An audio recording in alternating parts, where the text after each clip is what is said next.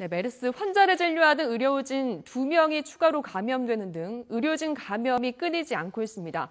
환자와 직간접적으로 접촉하는 빈도가 높다 보니 감염 확률이 높을 수밖에 없지만 병원 내 감염 관리가 미흡하다는 지적입니다. 김현우 기자의 보도입니다. 전체 메르스 유행은 진정세를 보이고 있지만 병원 내 감염은 조금씩 이어지고 있습니다. 특히 추가 확진자 3명 가운데 2명은 메르스 환자를 치료하던 의사 등 의료진입니다. 이로써 국내 메르스 확진자 169명 가운데 의료 종사자는 모두 32명으로 늘었습니다. 전체 감염자의 18.9%입니다. 삼성서울병원이 11명으로 가장 많습니다. 병원 측은 마스크와 장갑, 고글 등 레벨 D 수준의 보호장구를 착용했다고 설명했지만 병원 내 감염 관리가 부족했다는 지적입니다.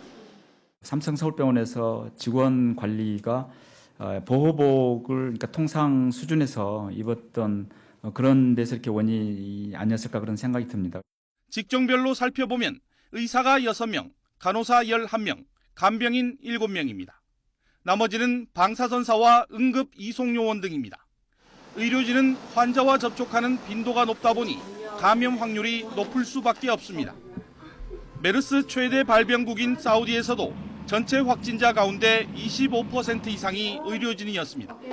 밀접하게 접촉하는 가족, 의료진에서 2차 감염자가 발생하고 있습니다. 실제 사우디 중동에서 중동호끼 증후군의 4분의 1은 의사, 간호사, 의료진에서 발생하고 있을 정도로 의료진 감염은 개인의 위험뿐 아니라 다른 사람에게 전파시킬 가능성이 높다는 점, 그리고 지금 같은 유행 상황에서는 환자를 치료할 수 있는 의료진 숫자가 감소하는 것도 큰 부담입니다.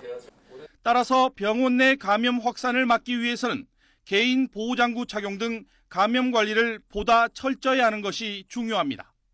YTN 김현우입니다.